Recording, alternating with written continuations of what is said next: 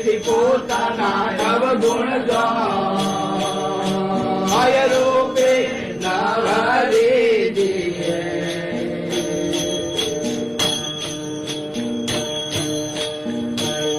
ઇન્દ્ર દેવા શોભતા સાગી જોય વખ દેવી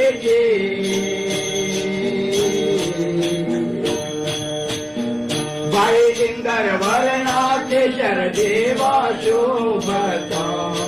સાખી જોય વખ દેવી